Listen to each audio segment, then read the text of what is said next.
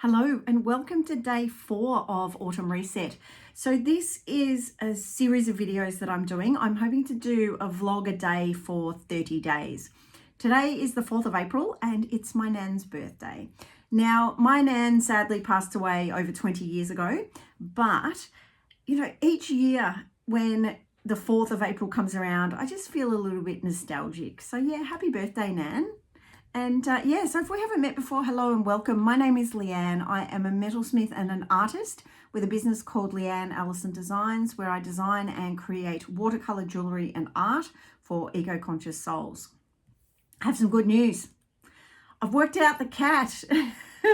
So originally the cat was this big bulky thing. It was just the head and the whiskers, and I painted it up and didn't like it. And I'm like, no, I need to change it. I wanted the body, I wanted the tail. And yeah, this is what I've come up with. It's a bit of a cartoonish kind of cat, but I like it. So I would normally sketch this out on tracing paper. So then I can sort of see it from either direction because I like to mirror my earrings. But yeah, so this one, I've just popped it on some paper. I've run out of tracing paper. I really need to get to Officeworks and get some more. But yeah, so this is going to be the shape of the template, and yeah, the cat is going to obviously fit nicely inside. So I'm going to work on that in the next couple of days. I want to try and get a couple of cat prototypes done, and then I can see, yeah, where we go from here, and whether that is going to be one of those things in the collection that will be a permanent fixture.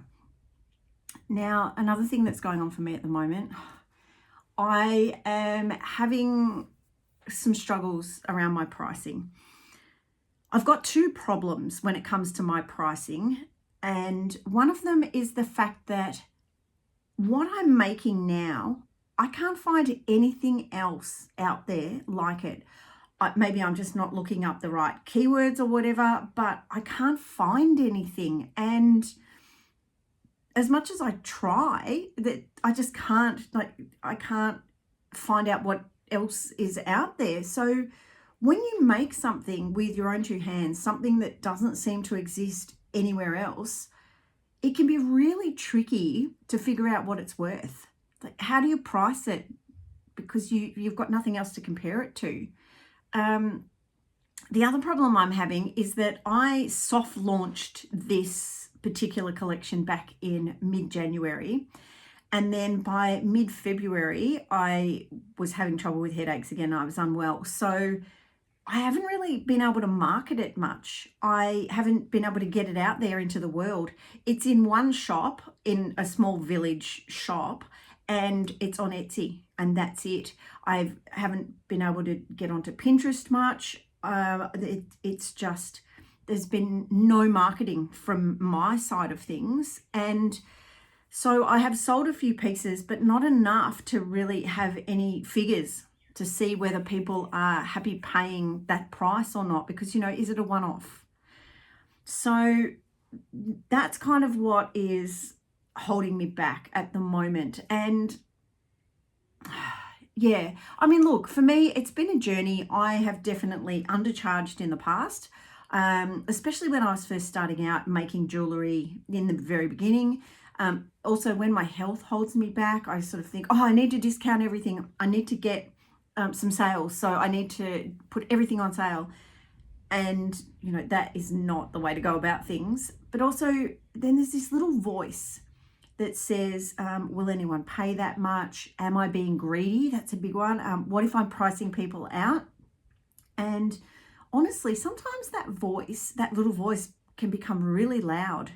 And I've had to learn to, not necessarily tune it out, but to listen to it, and then to kind of come back at it with the reasons why I'm doing what I'm doing. So yeah, handmade handmade works very different. As you know, it's not churned out in a factory.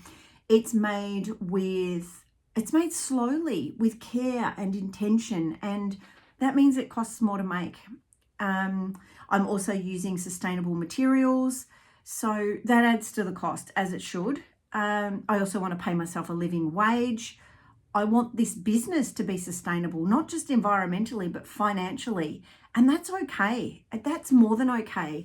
You know, there is this big thing about people making profit and how, you know, they're being greedy. And it's like the whole point of having a business is to make a profit. It's to make some money and to be able to live and pay bills and all of that sort of stuff. So yeah, it's okay to make a profit. But, you know, I'm at that point where I'm not sure where my pieces sit, you know, and whether I've got my pricing right. And it's just playing on my mind a little bit at the moment. I've learned that when you charge too little, it actually undervalues your work, not just your own work. It also undervalues the work of every other maker out there, because when you start pricing too low and undervaluing, customers are going to start to expect that. And yeah, I look at these pieces and I'm like, you know what? I would pay what I'm asking. I just think that the amount of work that has gone into this, like, I love it and it appeals to me. So yeah, I'm just struggling at the moment. If you've ever struggled pricing your handmade work, please just know you are not alone. It's okay to want to be accessible, and it's also okay to want to be paid fairly. Both things can exist. If you're a customer watching this, and I just want to say thank you for supporting handmade. Every time you buy from a small maker, you're not just getting a product, but you're getting years of experience and a piece of someone's story, and something that's made with real heart, you know. I'm not trying to compete with fast fashion. I'm not trying to churn out tons of pieces. I'm creating conversation pieces, and I'm creating tiny wearable artworks. So, you know, I am cutting this out by hand. I'm painting every little one of those bits on the bee by hand. So yeah, I want to be able to capture that in my price, but it's really hard to know where your product sits in the market when you can't find anything else like it. Yeah. So I do have a formula that I follow. I have a spreadsheet that I put things into, and it, you know, I put in the amount of time it takes to make something, you know, the materials that I use, consumables, so things like sandpaper and drill bits, and the sealer spray that I use to spray and seal my pieces. So all of those things go into the equation. That then gives me the price of like a total for all of that, the time and the goods and all those sorts of things.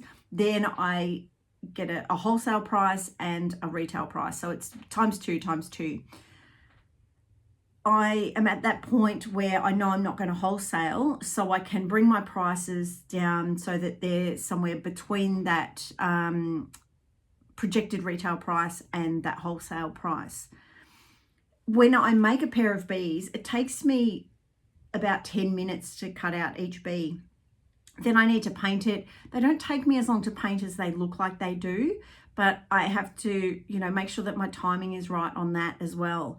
And then there's the paint that I use and the sealer and, you know, all of those sorts of things. So when I put all of that into the spreadsheet, my bees actually come out at $185 retail. So hang on, I'll just have a look at my spreadsheet. Where are we? There we are. Yeah, so my target retail is $185. Now I would pay $185 for those, but not everybody's going to. So I've kind of found some decent middle point, which is sort of just over wholesale, but not quite as high as retail, until I can work out where they fit in the market. So yeah, I'm just really feeling it at the moment. I'm just not sure where things are going.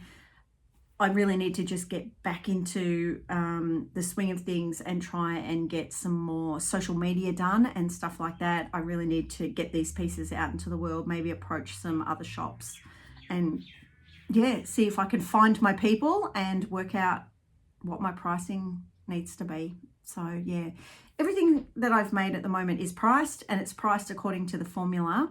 But yeah, we just have to see where these pieces go from here. So yeah, I'd love to hear your thoughts on this. Whether you're a fellow maker or someone who loves buying handmade, have you ever felt this tension around pricing? You know, I know just from a customer point of view, there are things that I love that may be outside of my budget at the moment, but I'm willing to save up for them. Then there are other pieces that are inside my budget. Some are good, some are bad. I'm not going to buy the bad thing over the more expensive good thing simply because it's cheaper. You know, I would rather save up for something that I really like. So I know that I'm flexible when it comes to what I will pay. But yeah, I don't know, maybe you're not like that. So but let's talk about it in the comments. This is one of those things that yeah, I would just love to hear your thoughts on this. I do want to do another video about pricing for my Buy Me a Coffee page.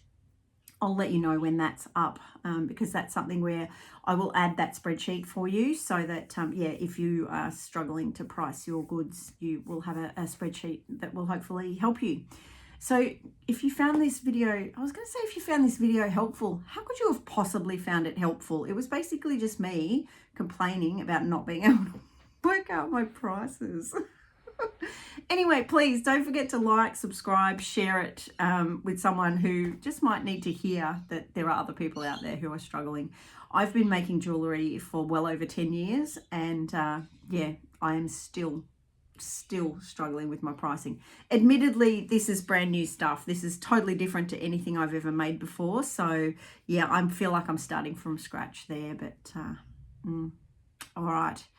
I'm going to leave it here. I'll update you if I get any more data when it comes to my pricing, or if I have a big aha moment or something like that. But for now, thanks for joining me, and I will see you tomorrow for day 5 of Autumn Reset.